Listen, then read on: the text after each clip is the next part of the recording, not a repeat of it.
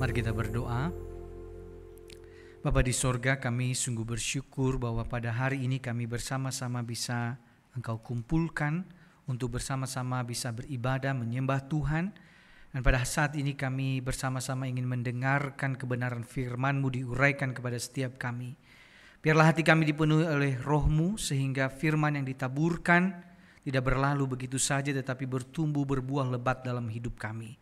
Urapi hamba-Mu yang penuh kekurangan keterbatasan ini, Engkau pakai dengan kuasa-Mu sehingga apa yang disampaikan adalah sungguh-sungguh berkenan di hati-Mu. Terima kasih Tuhan, ini doa kami di dalam nama Tuhan Yesus Kristus, Tuhan dan Juru Selamat kami yang hidup, kami naikkan doa ini. Amin. Shalom Bapak Ibu Saudara. Puji Tuhan, hari ini kita bersama beribadah dan hari ini kita akan sama-sama membahas satu tema yang masih ada kaitannya dengan topik kita selama 1 bulan ini, saudara. Kita akan belajar tentang bahaya ketamakan.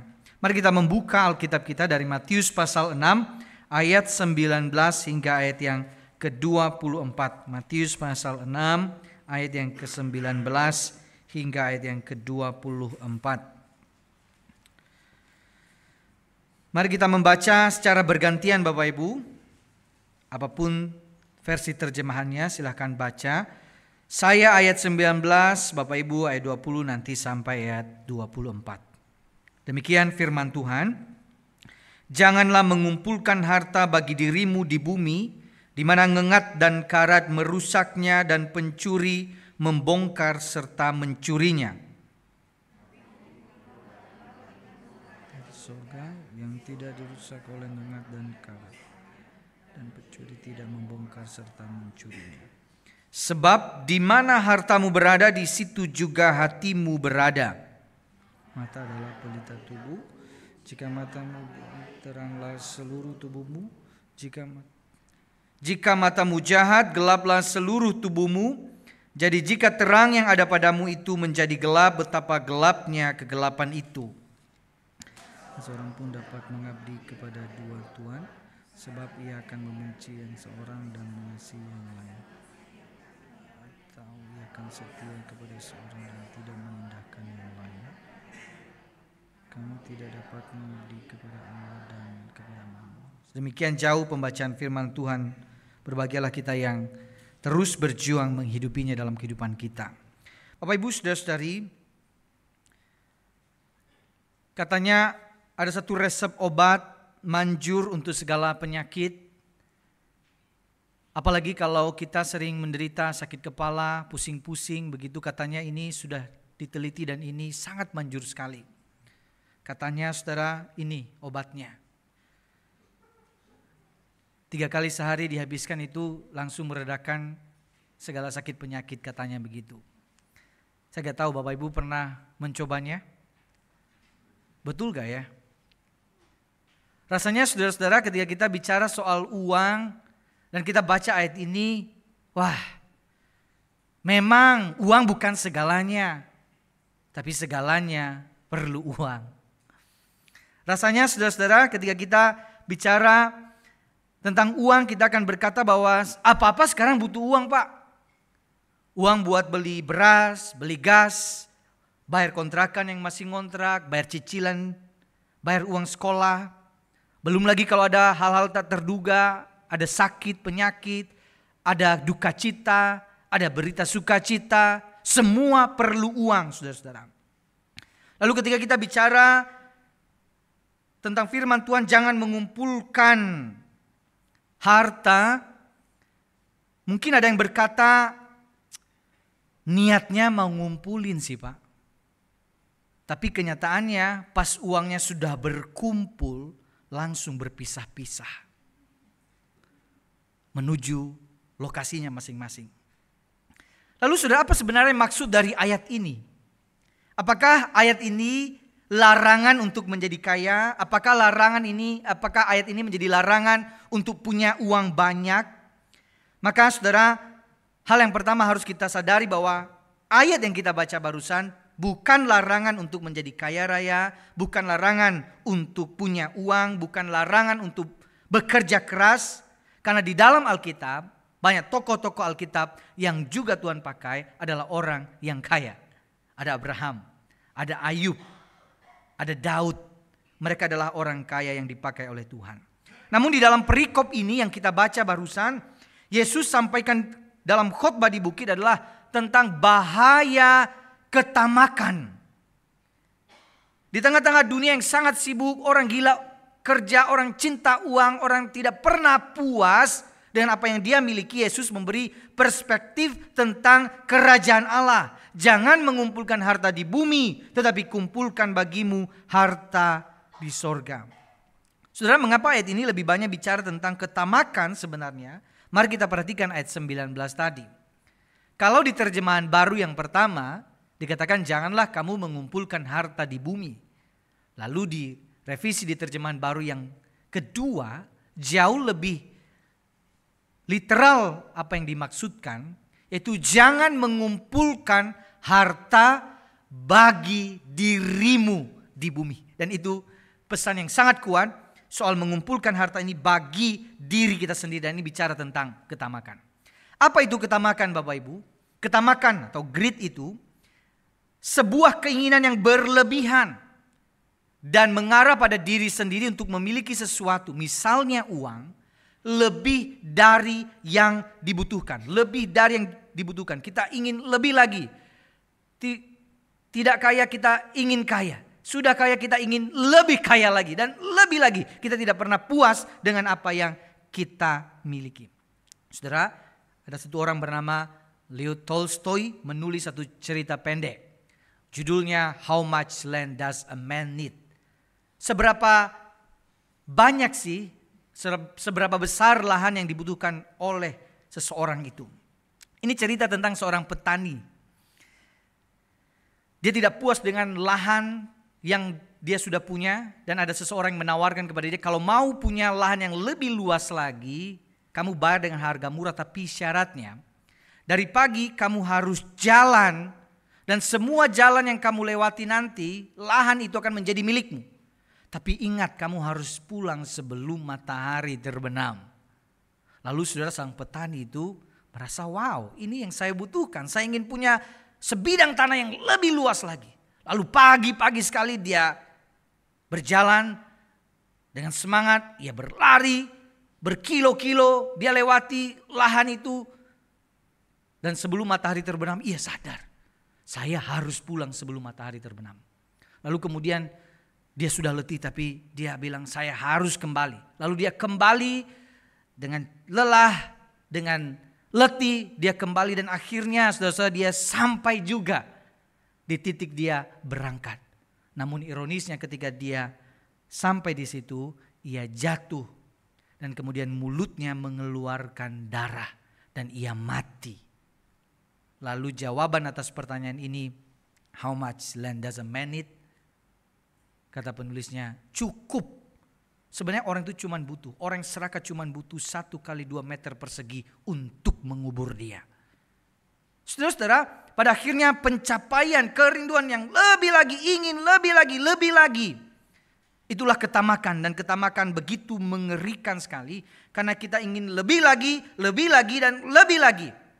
Namun persoalannya Bapak Ibu Saudara, ketamakan pintar sekali menyamar ternyata. Saya jarang sekali orang akan mengaku dosa dan mengatakan begini, saya ini orang yang tamak. Jarang ya. Kita itu susah untuk mengatakan kita tamak. Kalau orang bilang begini, saya gak sabar, saya sering dengar. Kalau kita bilang, saya ini pemarah, sering dengar. Tapi kalau orang bilang, saya tamak, kita kayaknya agak susah untuk mengatakan. Kenapa? Karena memang ketamakan seringkali menyamar, memakai bentuk-bentuk lain untuk menyamarkan dirinya. Apa? Dia akan pakai jubah kebutuhan atau keinginan. Kalau ditanya kenapa kamu sampai tidak ke gereja, tidak beribadah, tidak lagi melayani, saya sibuk kerja untuk kebutuhan kami. Saya tidak lagi punya waktu untuk anak-anak saya. Saya tidak punya waktu untuk peduli kepada keluarga saya karena saya memenuhi kebutuhan mereka. Jadi memang alasannya seringkali dipakai kebutuhan keinginan ini, padahal jauh di dalam itu jangan-jangan ketamakan sedang bertumbuh subur. Nah saudara-saudara, kita juga bisa terjebak dalam ketamakan. Jadi ini ketamakan bukan milik orang yang punya harta saja. Orang yang tidak punya apa-apa bisa ada ketamakan di dalam dirinya. Maka bagaimana kita mendeteksi ketamakan dalam hati kita, saudara? Ada 3 pertanyaan kita bisa ajukan untuk mengoreksi hati kita. Yang pertama, apakah kita mengakui bahwa semua yang kita miliki adalah milik Tuhan? Entah jabatan, kesuksesan, pencapaian, bisnis yang kita punya, harta, uang, deposito, aset, rumah mewah, mobil mewah. Apakah saudara sadar mengakui semua ini milik Tuhan? Dan kalau kita bilang ini milik Tuhan, itu akan terasa ketika bagaimana kita menggenggamnya. Apakah sangat erat atau kita bisa mengatakan bahwa ini bukan segala-galanya bagiku. Ini hanya titipan daripada Tuhan. Saudara-saudara, pertanyaan yang kedua, apakah kita lebih banyak bersungut-sungut atau bersyukur dalam hidup ini? Mana yang lebih banyak keluar dari mulut kita atau yang tidak keluar tapi ada dalam hati kita? Sungut-sungut atas pekerjaan kita, sungut-sungut atas keluarga kita, sungut-sungut atas penghasilan kita. Atau ucapan syukur, rasa puas kepada Tuhan. Mana yang lebih banyak? Atau yang ketiga, saudara, apa yang lebih kita sukai? Mengumpulkan atau memberi? 3 pertanyaan ini dapat menolong kita untuk melihat, mendeteksi apakah ada ketamakan dalam hati saya. Tapi ingat, kita manusia berdosa dan kita bisa terjebak. Ketamakan bisa menggerogoti hati dan jiwa kita. Dan ketamakan itu begitu berbahaya, maka saudara, Tuhan Yesus ingatkan bahaya ketamakan itu. Maka waspadai 3 hal ini supaya tidak terjebak dalam ketamakan. Apa yang perlu kita lakukan, saudara? Pertama, apa yang sedang kita kejar saat ini? Yang bernilai kekal atau yang sementara. Perhatikan ayat 19-21, saudara. Janganlah kamu mengumpulkan harta bagi dirimu di bumi, di mana ngengat dan karat merusaknya dan pencuri membongkar serta mencurinya. Namun kumpulkanlah bagimu harta di surga yang tidak dirusak oleh ngengat dan karat dan pencuri tidak membongkar serta mencurinya. Karena di mana hartamu berada, di situ juga hatimu berada.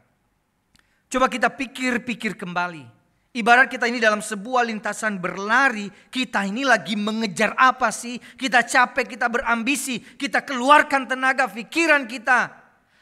Jam-jam waktu kita berikan pengorbanan besar untuk itu. Untuk apa? Yang bernilai kekal atau untuk yang sementara? Maka saudara, firman Tuhan ingatkan, kalau kita menaruh tujuan, target pelarian kita, pengejaran kita pada hal-hal yang sementara, ingat, kita akan kecewa. Dan kalau kita mengejar kekayaan, kita akan kecewa, saudara-saudara. Karena kekayaan, kata di dalam firman Tuhan, harta itu, uang itu bisa dirusak oleh ngengat dan karat. Tapi mungkin kita akan berkata begini ya, di zaman modern sekarang kayaknya gak terlalu relevan ngengat dan karat. Kalau mau simpan uang di bank saja begitu.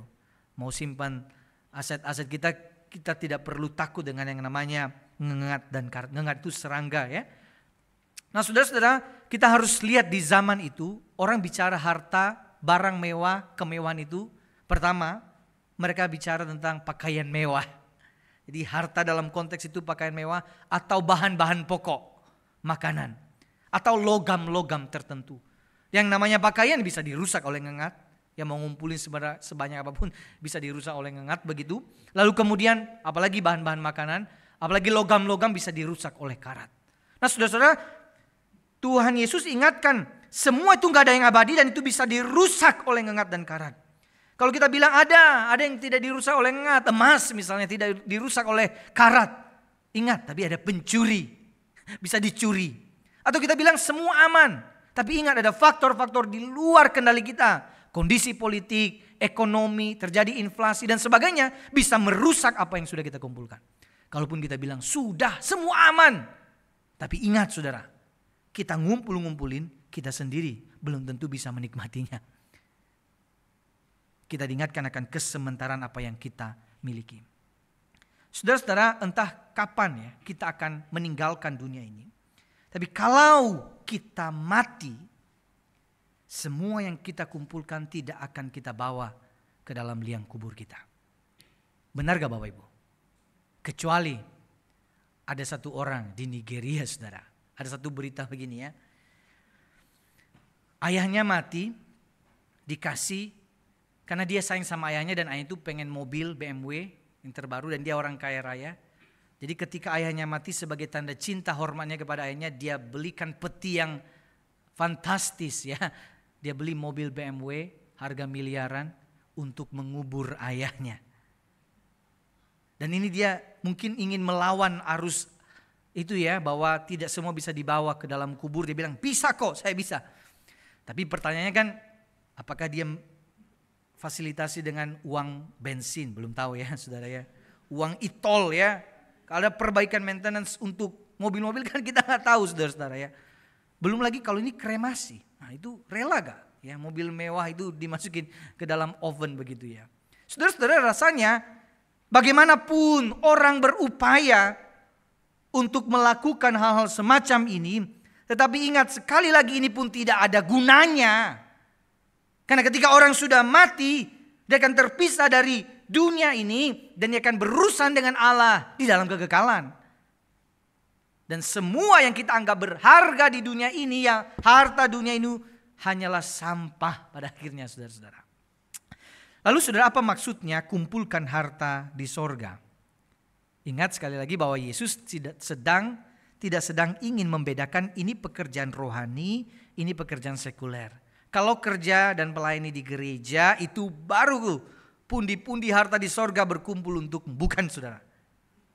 Jangan ada yang berpikir, wah berarti kalau saya kerja di luar, di rumah, atau saya di sekolah, itu harta di bumi. No, bukan itu yang Yesus katakan.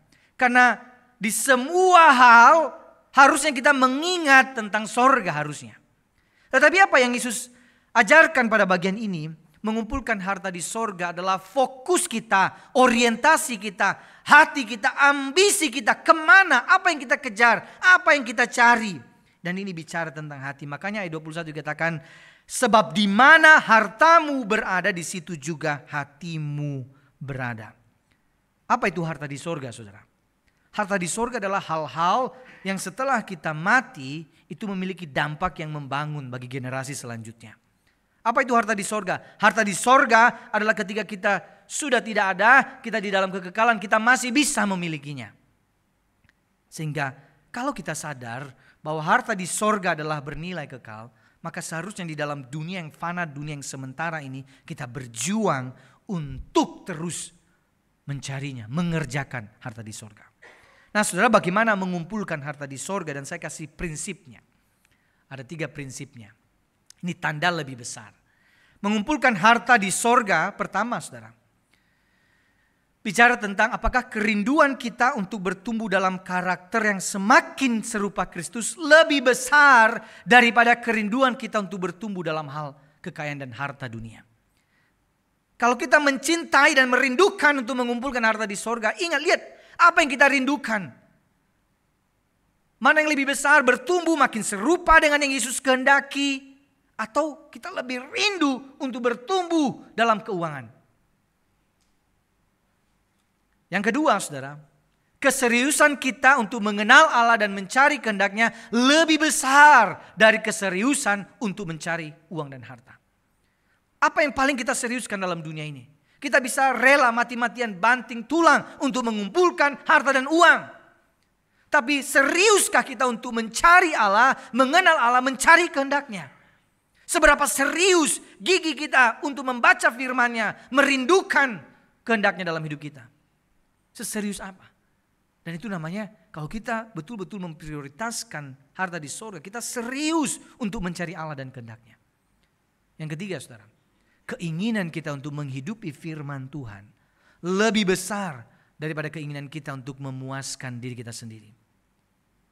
Kalau dikatakan mana yang lebih penting di dalam dirimu, ingin memuaskan keinginan dirimu atau ingin menghidupi firman Tuhan. Dan ini kan tidak mudah. Ketika kita ingin menghidupi firman Tuhan, berarti kita mesti menekan keinginan diri kita sendiri.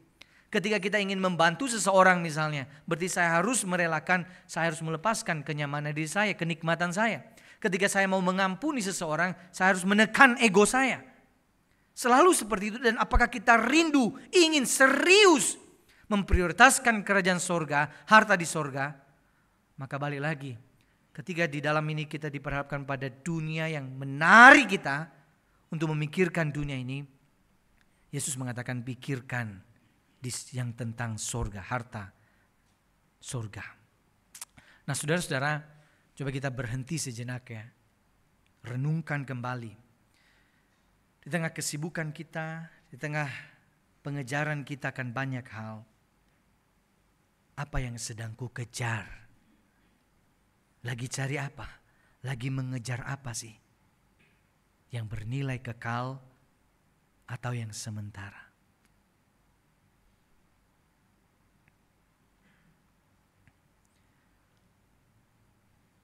Pertanyaan yang kedua, saudara. Bagaimana cara kita memandang hidup? Sudut pandang sorga atau sudut pandang dunia? Di ayat 22-23 dikatakan mata adalah pelita tubuh. Jika matamu baik, teranglah seluruh tubuhmu. Jika matamu jahat, gelaplah seluruh tubuhmu. Jadi jika terang yang ada padamu itu menjadi gelap, betapa gelapnya kegelapan itu. Kenapa tiba-tiba dari harta bicara soal mata? Saudara-saudara, beberapa waktu yang lalu ketika lomba 17-an Agustus, saya melihat video orang lomba pakai begini, saudara. Lomba main bola pakai corong. Ini gak mudah loh, saudara. Itu bisa sambil tendang-tendangan orang ya. Ini di mana bolanya? Tapi kira-kira begini, waktu bicara soal mata, ada dua mata kemudian difokuskan pada satu titik, yaitu bola. Nah kira-kira perumpamaan ini menganalogikan matamu harus tertuju pada satu titik saja, yaitu Allah dan kehendaknya tentang sorga, harta di sorga. Disitulah engkau fokus. Tidak bisa ada mata yang bercabang. Aku mau ke sini, aku mau melakukan ini. Fokus kepada Allah, fokus kepada Tuhan dan kehendaknya. Dan mata pada bagian ini bicara tentang cara pandang. Dan kalau kita bicara sama semua orang, saudara, kalau kita ngobrol misalnya, semua orang itu punya cara pandang. Dan biasanya cara pandang seseorang dipengaruhi oleh pekerjaannya, dipengaruhi oleh pendidikannya, dipengaruhi oleh pengalamannya. Nah saudara, ada satu cerita, ada seorang bapak-bapak, seorang businessman ya. Dia sangat suka dengan bisnis jual beli tanah. Jadi semua hal di dalam dirinya itu bagaimana soal terjadi jual beli tanah begitu ya. Nah, suatu kali dia tanya sama pendeta ya, Pak Pendeta, kalau di sorga itu ada peluang bisnis apa? Karena saya pikir-pikir nih Pak Pendeta ya, kalau di sana ada bisa dijual tanah, bisa dijual lahan, itu bagus banget Pak Pendeta, itu menguntungkan sekali. Pak Pendetanya bilang, nah kenapa kamu bilang gitu? Soalnya jemaat kita itu semuanya pengen ke sorga Pak. Jadi pasti ini akan untung besar sekali. Lalu Pak Pendetanya bilang, oke, kalau kamu mau tahu, saya bisa utus kamu segera survei ke sana, begitu ya. Jadi saudara-saudara, segala hal di dalam hidup ini dia lihat dalam perspektif uang, perspektif bisnis. Jadi semua hal. Ada orang-orang di dalam dunia ini cara pandangnya lihat segala sesuatu dari uang. Dan ini bicara soal apa di baliknya. Ketika memandang sesuatu, dia akan berkata, memutuskan, menimbang sesuatu dari cara pandang. Cara pandang apa yang digunakan. Maka saudara-saudara, di dalam bagian ini kita diingatkan, kalau melihat sesuatu, memutuskan sesuatu, kita itu punya dua sudut pandang. Sudut pandang sorga atau sudut pandang dunia. Apa bedanya sudut pandang dunia dengan sudut pandang sorga? Kalau kita menjalani hidup di dunia ini dengan sudut pandang sorga, maka kita akan menjalani hidup tidak dengan sembarangan, tidak dengan prinsip dan kerajaan dunia ini, saudara. Tetapi sebaliknya kita akan menjalani hidup ini dengan prinsip dan nilai-nilai kerajaan sorga. Ketika buat keputusan kita ingat lagi nilai-nilai kerajaan sorga seperti apa. Dan aku tidak mau sembarangan menyakiti hati Bapakku yang di sorga. Ketika kita mengalami penderitaan yang begitu berat, masalah yang begitu berat di dalam dunia ini, sudut pandang sorga akan mengatakan kepada kita, penderitaan zaman sekarang ini tidak dapat dibandingkan dengan kemuliaan yang akan dinyatakan kepada kita. Saudara, sudut pandang sorga akan menolong kita mengerti betul apa kehendak Allah dalam hidup kita. Saya kasih contoh Bapak Ibu ya. Coba nanti diperhatikan. Apa perbedaan dari doa-doa ini? Ya, misalnya begini. Orang pertama berdoa seperti ini. Tuhan, berikan padaku harta dan kekayaan yang melimpah supaya aku bisa membantu orang lain. Bagus ya? Bandingkan dengan ini. Tuhan, berikan padaku hati seperti hatimu yang kaya akan belas kasihan supaya aku dapat jadi saluran kasihmu bagi orang lain. Sama-sama ingin melayani orang lain, betul? Apa bedanya saudara? Kalau yang pertama,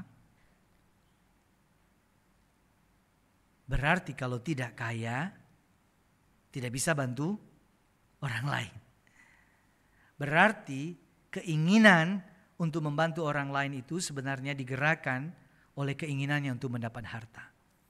Tetapi kalau yang kedua, Tuhan berikan hati seperti hatimu. Artinya kalau hatiku sudah dibentuk, mau saya ada uang, tidak ada uang, hati saya ingin mengasihi orang lain. Kalau dikasih kepercayaan sama Tuhan untuk mengelola harta tertentu, sudah siap karena hatinya mengatakan ini bukan milikku, ini titipan daripada Tuhan. Nah, ini salah satu contoh perspektif kekekalan mempengaruhi doa kita. Saya kasih contoh yang lain saudara ya. Orang tua berdoa untuk anaknya. Tuhan, berkatilah anak-anakku supaya mereka berhasil punya harta dan kekayaan sehingga mereka tidak lagi mengalami kesulitan seperti yang aku alami. Aku memohon supaya mereka rajin dan punya kerjaan bagus sehingga mereka tidak direndahkan. Kan kalau mereka kaya dan punya banyak uang, mereka bisa sumbang ke gereja untuk pelayanan. Bagus gak saudara doanya? Lumayan ya untuk gereja pelayanan. Tapi bandingkan dengan bagian ini. Tuhan, berkatilah anak-anakku. Aku memohon supaya Engkau membentuk hatiku agar dalam segala kekuranganku aku mampu menjadi orang tua yang mengajarkan dan mewariskan iman yang hidup kepada mereka. Aku memohon supaya sejak usia kecil mereka mengenal Allah, mengalami pertobatan dan perjumpaan pribadi dengan Yesus dalam hidupnya. Buatlah berhasil apa yang mereka kerjakan dan bentuklah hati mereka agar menjadi anak-anak yang mengasihimu dan berdampak bagi sesama. Contoh yang ketiga saudara, cari jodoh. Ya. Yang pertama, orang ini berdoa seperti ini. Tuhan, jika Engkau memperkenan aku untuk menikah, aku memohon pertemukanlah aku dengan seseorang yang cukup oke penampilannya, punya penghasilan yang bagus, baik juga perangainya dan mau berkomitmen untuk mengasihiku dan anak-anakku kelak. Kalaupun dia beda agama denganku gak apa-apa. Nanti kalau udah nikah aku berjanji akan menginjilinya. Perspektif yang kedua dalam begini saudara.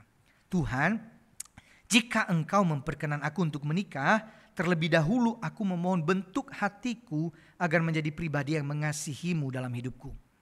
Aku memohon pertemukanlah aku dengan seseorang yang juga memiliki hati yang mau mengenal dan mengasihimu dalam hidupnya, supaya aku bersama dengannya aku bisa bertumbuh dalam iman dan melayanimu. Saudara, coba tangkap. Perspektif yang di atas tadi itu bicara tentang dirinya. Kalau yang di bawah, apa kata-kata yang diulang dari doanya?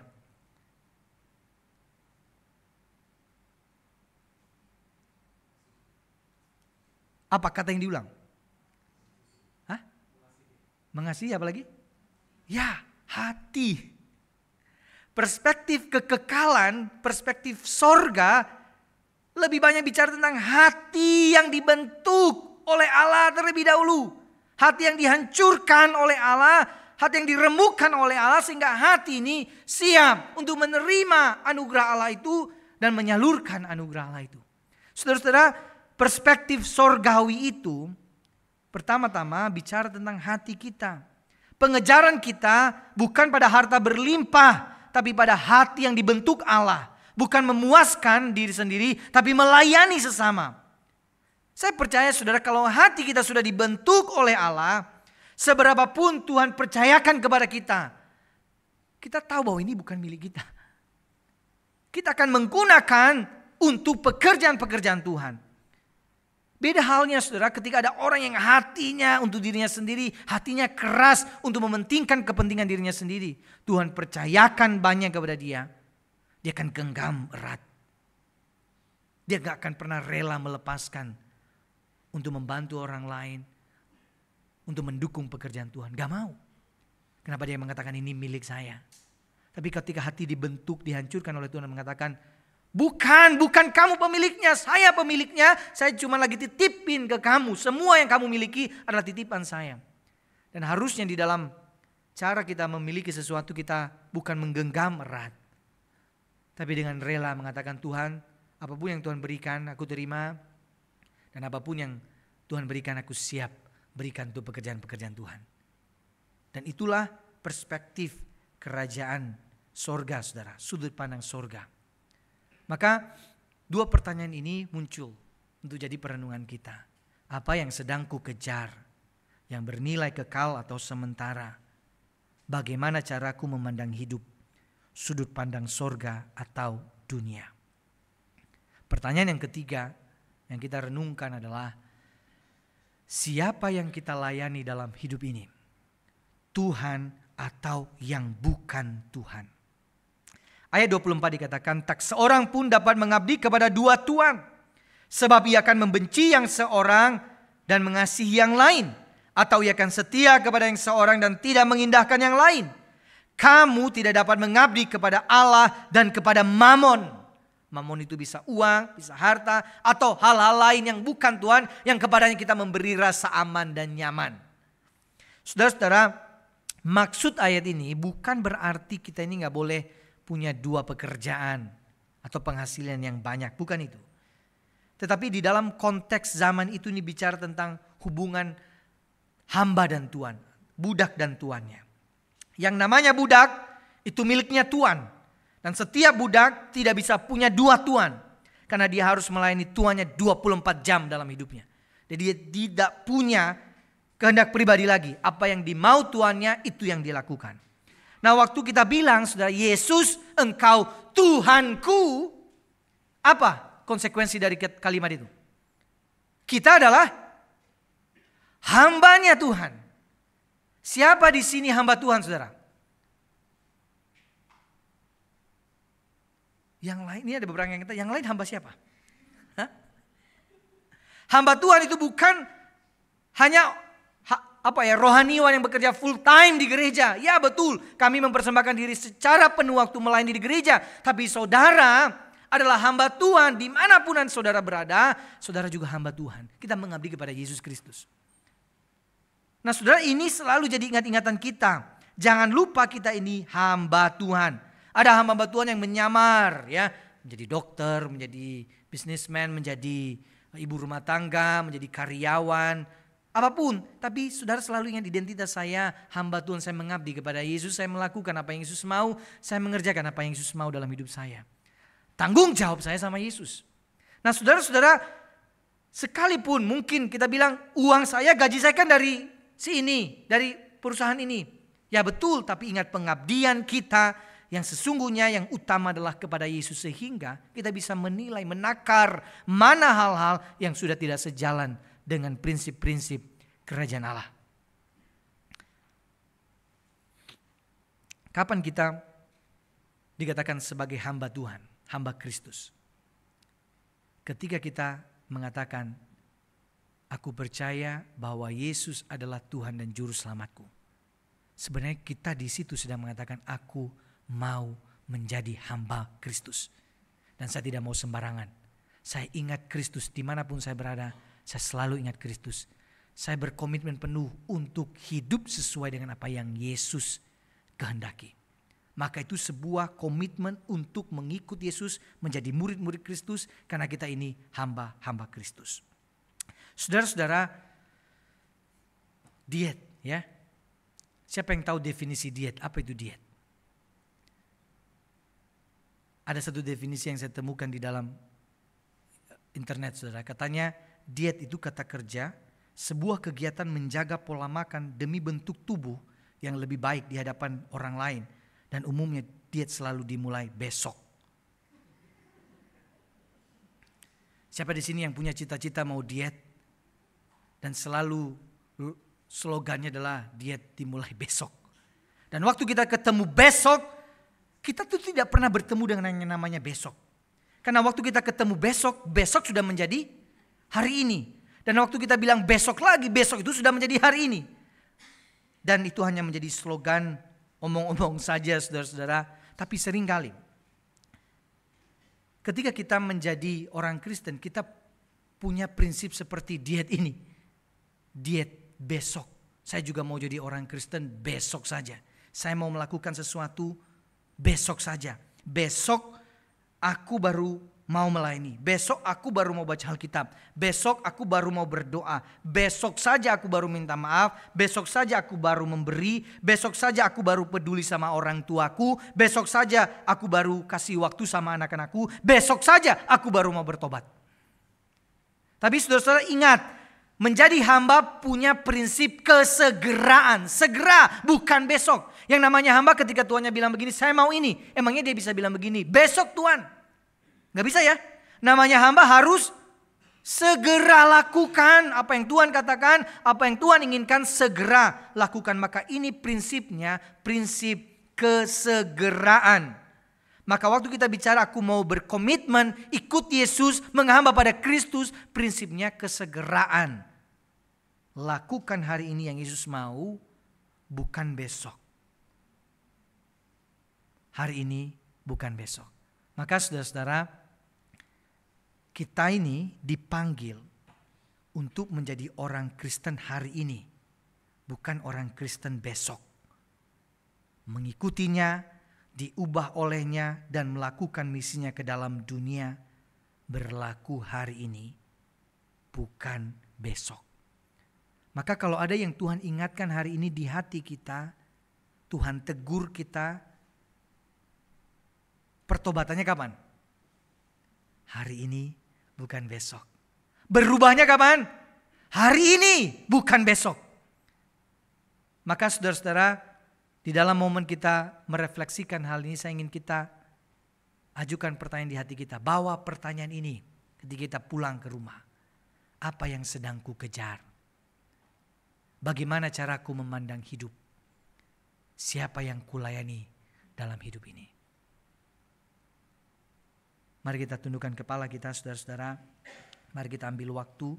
Kita berdoa secara pribadi di hadapan Tuhan. Mari kita renungkan kembali. Dan apa komitmen yang kita lakukan hari ini di hadapan Tuhan.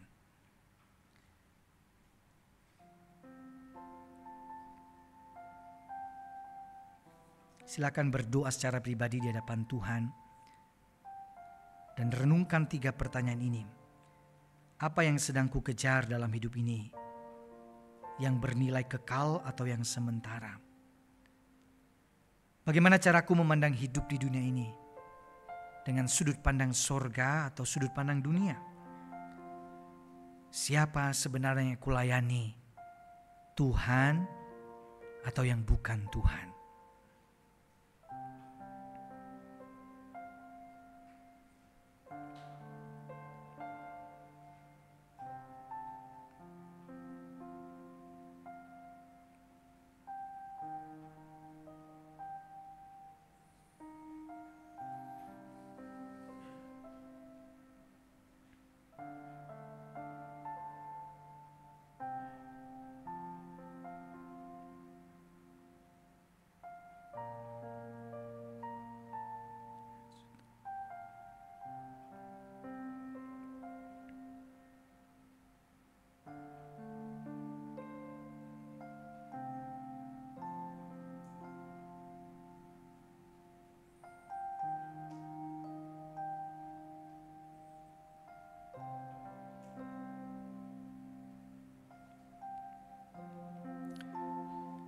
Sudah setelah selesai berdoa, mari kita sama-sama ambil komitmen kita. Kita naikkan pujian yang tadi kita nyanyikan. Ku berikan hatiku. Mari kita katakan kepada Tuhan, ini rinduku kepadamu Tuhan.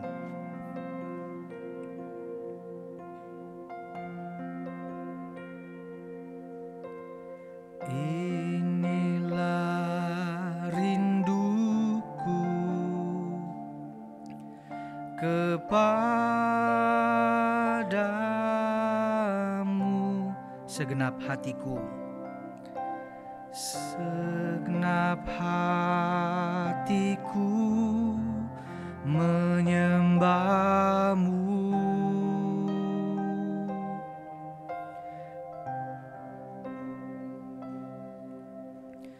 Seluruh hidupku memujimu.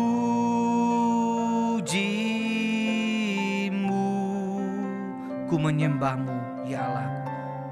Ku menyembahmu ya Allahku. Katakan, ku berikan hatiku dan jiwaku.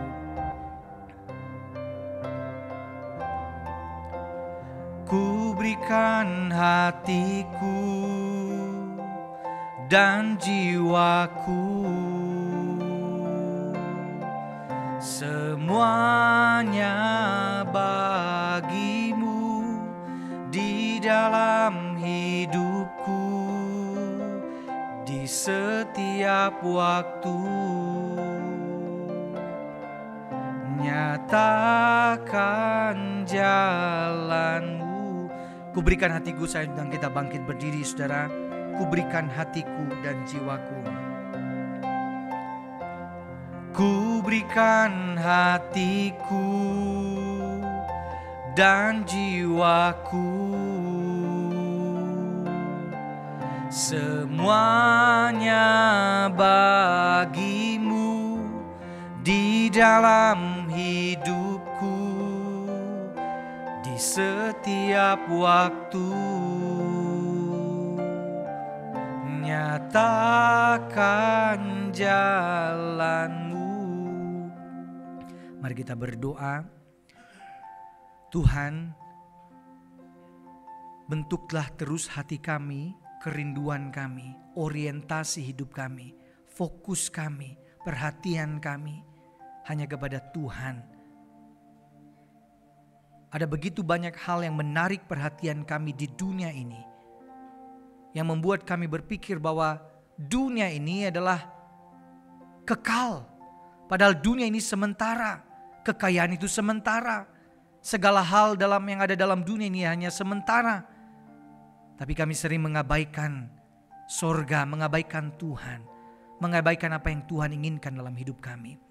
Hari ini firman-Mu mengingatkan kami untuk menata ulang hati kami ya Tuhan, supaya kami memprioritaskan kehendak Allah, kerajaan sorga, harta di sorga. Sehingga sungguh-sungguh kami mulai memikirkan ulang apa sebenarnya yang kami kejar dalam dunia ini, yang bernilai kekal atau yang sementara. Memikirkan Tuhan atau dunia ini. Tolong mampukan kami ya Tuhan, supaya kami sungguh-sungguh menjadi anak-anak-Mu yang menghamba kepadamu, yang memberikan hidup kami sepenuhnya untuk-Mu. Tolong kami kalau hari ini Tuhan ingatkan sesuatu, Tuhan tegur sesuatu, jangan biarkan hati kami mengeras dan mengatakan besok saja. Tapi tolong kami supaya hari ini kami melakukan satu perubahan, langkah kecil untuk terus sesuai dengan kehendak-Mu. Terima kasih Tuhan, firman-Mu sudah selesai diberitakan. Roh Kudus-Mu menolong kami untuk melakukannya dalam kehidupan kami. Di dalam nama Tuhan Yesus Kristus, Tuhan dan Juru Selamat kami yang hidup, kami naikkan doa ini. Amin. Silakan duduk Bapak Ibu Saudara.